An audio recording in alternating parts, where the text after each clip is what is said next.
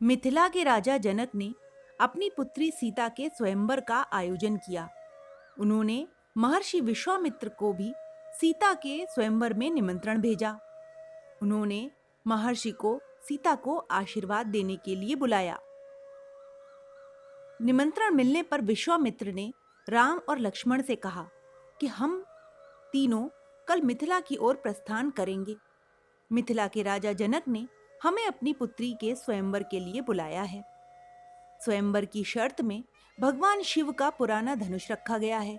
जो भी राजकुमार उस शक्तिशाली धनुष पर प्रत्यंचा चढ़ाने में सफल रहेगा, उसी से राजा जनक की पुत्री सीता का विवाह होगा। महर्षि विश्वामित्र जानते थे कि राम स्वयं जगत के पालनहार भगवान विष्णु के ही अवतार हैं और अब वह समय आ गया है जब उन्हें उनकी अर्धांगिनी से मिलना है।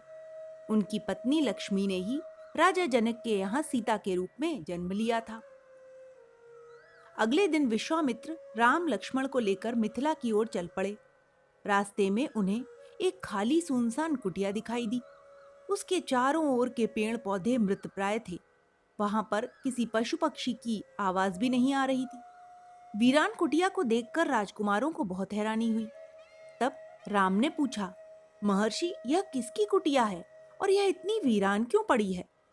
तब विश्वामित्र जी ने बताया कि यह कुटिया ऋषि गौतम की है। वे यहाँ पर अपनी पत्नी अहिल्या के साथ सुखपूर्वक रहते थे, परंतु इंद्र के छल के कारण गौतम ऋषि ने अपनी पत्नी को पत्थर बनने का श्राप दिया। पत्थर बनने पर कोई भी तुम्हारी सुंदरता को नहीं देख पाएगा, ऐसा कहकर वे आश्रम से चले गए। और फिर वही हुआ, अहिल्या पत्थर में तुरंत बदल गईं। महर्षि गौतम ने यह भी कहा कि तुम सिर्फ तभी अपने रूप में आ सकोगी जब भगवान राम के चरण तुम्हें स्पर्श करेंगे। विश्वामित्र के द्वारा सच्चाई जानकर राम ने पत्थर को अपने पैर से स्पर्श किया। उनके स्पर्श करते ही पत्थर के स्थान पर अहिल्या स्त्री के रूप में आ गईं। उन्होंने राम के पैर छूकर आभार प्रकट किया। अहिल्या का उद्धार करने के बाद राम अनुज लक्ष्मण और महर्षि विश्वामित्र के साथ मिथिला की यात्रा पर पुनः निकल पड़े। अपनी यात्रा पूरी कर जब वे मिथिला पहुंचे तो राजा जनक ने उनका सम्मान पूर्वक स्वागत किया। राजा जनक वैदेह के नाम से भी जाने जाते हैं। यह नाम उनका तब पड़ा था जब वे अपनी तपस्या में इतने विलीन हो गए थे कि उन्हें यह भी बोध नहीं रहा कि वे सशरीर इस धरती पर हैं। वे अपने भौतिक शरीर को भी भूल गए थे। तभी से राजा जनक में ऋषि और राजा दोनों की विशेषताएं विद्यमान हैं। मिथिला नरेश ने जब महर्षि विश्वामित्र के साथ दो सुंदर राजकुमारों को देखा तो उनके विषय में पूछा। तब महर्षि विश्वामित्र ने बताया, राजन, ये दोनों राजकुमार अयोध्या नरेश दशरथ के पुत्र हैं।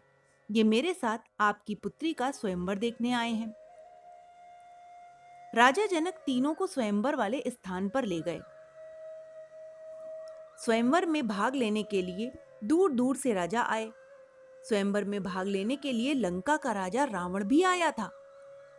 स्वयंवर का शिवधनुष कक्ष के मध्य में रखा था। कुछ देर बाद हाथों में जयमाला लेकर सीता ने प्रवेश किया। अब स्वयंवर शुरू हुआ। सभी राजाओं ने एक एक करके धनुष पर प्रत्यंचा चढ़ाने का प्रयास किया, लेकिन प्रत्यंचा चढ़ाना तो दूर, वे धनुष को उसके स्थान से हिला न सके। यहां तक कि बलशाली रावण भी उस शिव धनुष को नहीं उठा सका। अपमान का घूंट पीकर वह अपनी जगह पर आकर वापस बैठ गया। यह सब देखकर मिथिला नरेश बहुत व्यथित हुए। वे अपने सिंहासन से उठ खड़े हुए और दुख व क्षोभ से भरकर बोले, मुझे लगता है कि इस धरती पर वीर व शक्तिशाली राजाओं का अकाल हो गया है। यहाँ स्वयंवर कक्ष में इतने राजा उपस्थित हैं, लेकिन उनमें से कोई भी ऐसा वीर नहीं जो यह स्वयंवर की शर्त को पूरा कर सके। लगता है मेरी पुत्री के भाग्य में कुंवारी रहना ही लिखा है। राजा जनक द्वारा दुख में कहे गए कटाक्षपूर्ण शब्द सुनकर लक्ष्मण इसे रघुवंश का अपमान समझकर गुस्से से भर उठे। वे बोले, राजन, आपको ऐसे शब्द नहीं कहने चाहिए। अभी इस सभा में रघुवंश के वंशज उपस्थित हैं। मैं इस धनुष को उठाकर इस पर प्रत्यंचा चढ़ा सकता हूं। लक्ष्मण का क्रोध देखकर राम अपने स्थान से उठे और उन्होंने लक्ष्मण को शांत किया। तब लक्ष्मण बोले, भैया आपकी आज्ञा मेरे लिए शिरोधार्य है। मैं इस धनुष को नहीं तोड़ूंगा क्योंकि यह अनैतिक होगा। आप मेरे अग्रज हैं, अतः यह शुभ काम आपके हाथों ही होना चाहिए। फिर वह अपने स्थान पर आकर बैठ गए। लक्ष्मण की बात सुनकर राम महर्षि विश्वामित्र की ओर देखने लगे। तब विश्वामित्र जी बोले, हे सुकुमार, रघुवंश की प्रतिष्ठा में वृद्धि करो। उठो और स्वयंवर के शिव धनुष पर प्रत्यंचा चढ़ाकर राजा जनक के दुख का अंत करो।